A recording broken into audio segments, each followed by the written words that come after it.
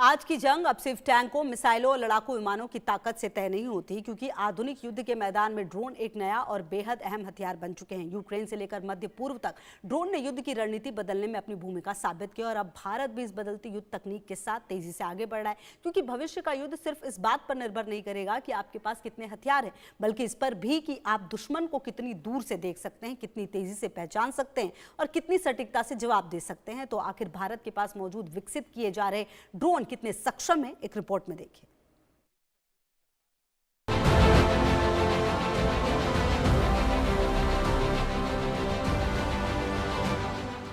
Drone warfare में भारत की बड़ी छलांग। आसमान में भारत की नई ताकत, ड्रोन वॉरफेयर। निशांत से घातक तक भारत की ड्रोन क्षमता।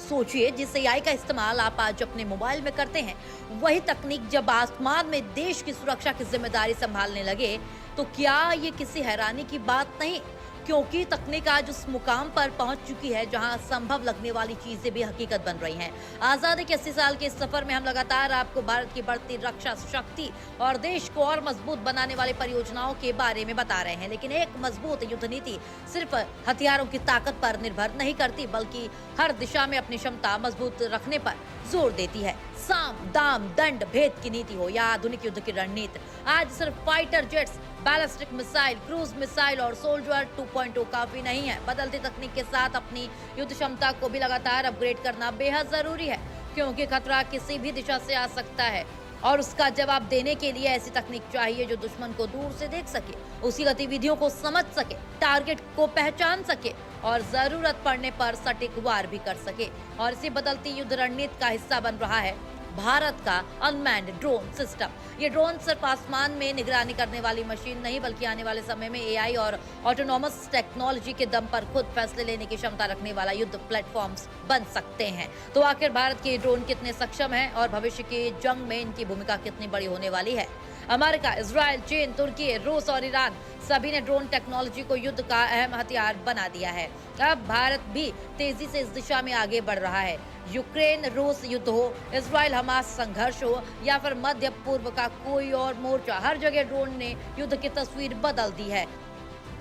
अमेरिका का MQ-9 रिपर, इजराइल का हेरॉन हारोप, तुर्की का बैरक्तार TB2, चीन का विंगलुंग, रूस का ओरियन और ईरान का शहीद। कहीं ये निगरानी कर रहे हैं तो टारगेट की पहचान, कहीं कर रहे हैं तो कहीं सीधे हमला। इनकी सबसे बड़ी ताकत है कम लागत, कम जोखिम और लंबे समय तक ऑपरेशन की क्षमता। लेकिन अब भारत भी इस तकनीकी दौड़ में तेजी से अपनी जगह बना रहा है। भारत की सबसे महत्वाकांक्षी अनमैन्ड कॉम्बैट परियोजनाओं में शामिल है घातक UCAV यानी अनमैन्ड कॉम्बैट एरियल व्हीकल।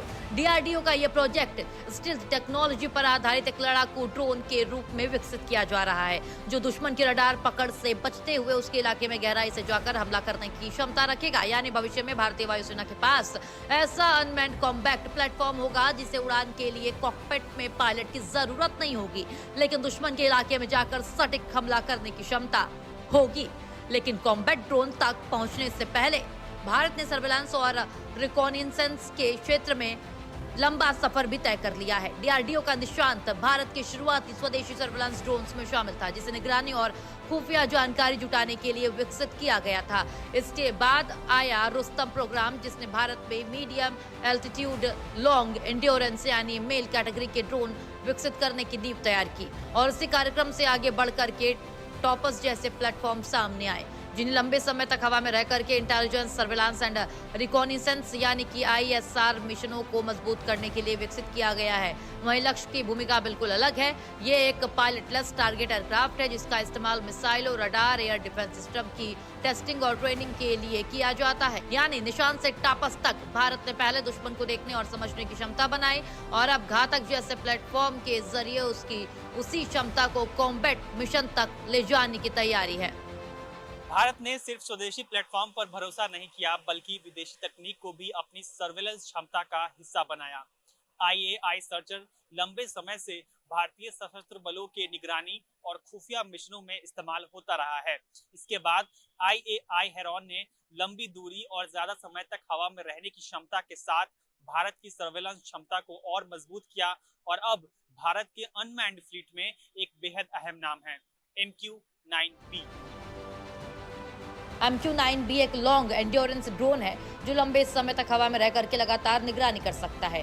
समुद्री इलाके से लेकर के संवेदनशील सीमाई क्षेत्रों तक इसकी क्षमता भारत की इंटेलिजेंस, सर्विलांस एंड रिकॉनिसेंस यानी ISR क्षमता को और मजबूत कर सकती है, खासकर हिंद महासागर क्षेत्र में जहां लगातार निगरानी भारत की समुद्री सुरक्षा के लिए बेहद अहम है।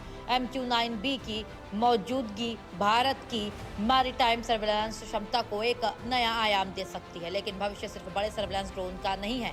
आने वाला युद्ध ऐसे अनमैन्ड सिस्टम्स का भी होगा जो खुद टारगेट तलाशेंगे, लंबे समय तक किसी इलाके में मंडराएंगे और यही वक्त आने पर निशाने पर हमला करेंगे। भारत का शेषनाग 150। भविष्य की इसी ड्रोन वारफेयर में भारत शेषनाग 150 जैसे स्वदेशी सिस्टम्स पर भी काम कर रहा है और यह प्रोजेक्ट भारत की लॉन्ग रेंज अनमैन्ड और प्रिसिजन स्ट्राइक क्षमता को आगे बढ़ाने की दिशा में देखा जा रहा है। यानी भारत की तैयारी सिर्फ ऐसे ड्रोन तक सीमित नहीं जो आसमान से दुश्मन पर नजर रखे, बल्कि ऐसे अनमैन्ड सिस्टम की तरफ भी है जो लंबी दूरी तक जाकर सही टारगेट तक पहुंचे और जरूरत पड़ने पर सटीक हमला कर सके। और यही बदलाव बताता है कि आने वाले युद्ध में ड्रोन सिर्फ निगरानी का साधन नहीं बल्कि खुद एक हथियार बन चुके हैं। इसी कैटेगरी में आते हैं लोटरिंग म्यूनिशंस, जिन्हें आम भाषा में कामिकाजे ड्रोन भी कहा जाता है। लोटरिंग म्यूनिशंस की खासियत सीधे टारगेट पर जाकर हमला करने के बजाय कुछ समय तक टारगेट वाले इलाके में मंडरा सकते हैं, सही निशाने की पहचान कर सकते हैं और मौका मिलते ही खुद को ही हथियार बनाकर टारगेट को तबाह कर सकते हैं। भारत भी लॉटरिंग म्यूनिशंस की टेक्नोलॉजी पर तेजी से काम कर रहा है, क्योंकि छोटे, कम लागत वाले और प्रिसीजन स्ट्राइक में सक्षम ड्रोन युद्ध के मैदान में बड़े और महंगे हथियारों के मुकाबले एक नया टैक्टिकल एडवांटेज दे सकते हैं। यानी अब ड्रोन सिर्फ दुश्मन को देखने वाला सिस्टम नहीं है, बल्कि खुद टारगेट तलाशने और हमला करने वाले हथियार भी बन चुका है। और अब नजर उन अगली पीढ़ी की टेक्नोलॉजी पर है, जहां ड्रोन सिर्फ एक एयरक्राफ्ट नहीं रहेगा, बल्कि एक नेटवर्क्ड वेपन सिस्टम बन जाएगा।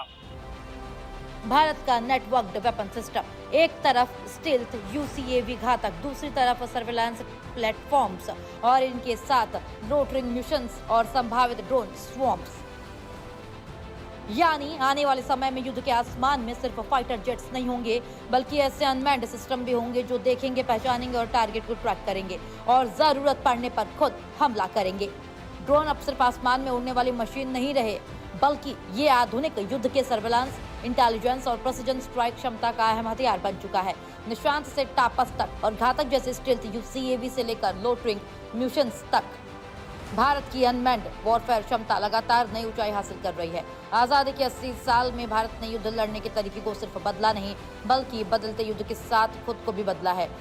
अब आने वाली जंग में आसमान पर सिर्फ फाइटर जेट्स का कब्जा नहीं होगा, बल्कि वो मशीनें भी होंगी जिनमें पायलट नहीं होगा, लेकिन दुश्मन के लिए खतरा उतना ही बड़ा हो गया। यानी भारत की अगली लड़ाई सिर्फ हथियारों की नहीं, बल्कि टेक्नोलॉजी, सटीकता और बिना पायलट वाली ताकत की होगी। Bureau report, India news. और अमेरिकी सेना से जुड़ी एक बड़ी खबर आ रही है।